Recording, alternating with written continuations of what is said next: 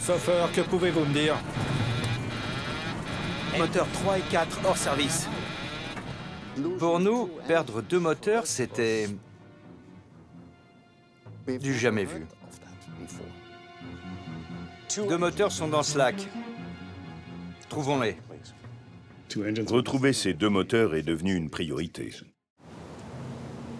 L'équipe charge immédiatement des plongeurs de fouiller le lac. Les éléments qui y sont tombés pourraient être la clé du mystère.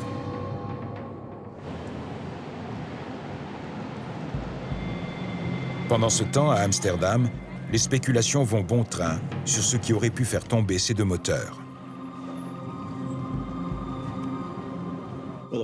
Comme l'avion appartenait à la compagnie israélienne El Al, certains ont envisagé l'hypothèse d'une attaque terroriste.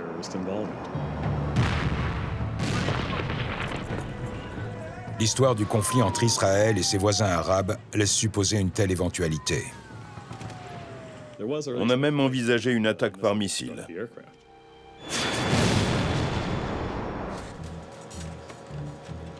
D'autres rumeurs suggèrent que le 747 transportait une cargaison d'explosifs pour l'armée israélienne qui ne figurait pas sur le manifeste officiel. El Al a dû être victime d'un sabotage ou la cible d'un missile. On envisageait toutes sortes d'explications plausibles. Les journalistes à la télé devaient bien raconter quelque chose, alors ils se sont lancés.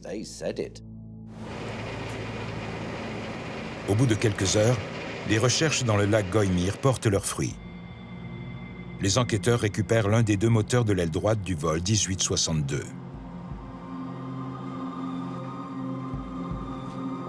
Le numéro de série indique qu'il s'agit du moteur numéro 4. Les moteurs d'un Boeing 747 sont numérotés de gauche à droite.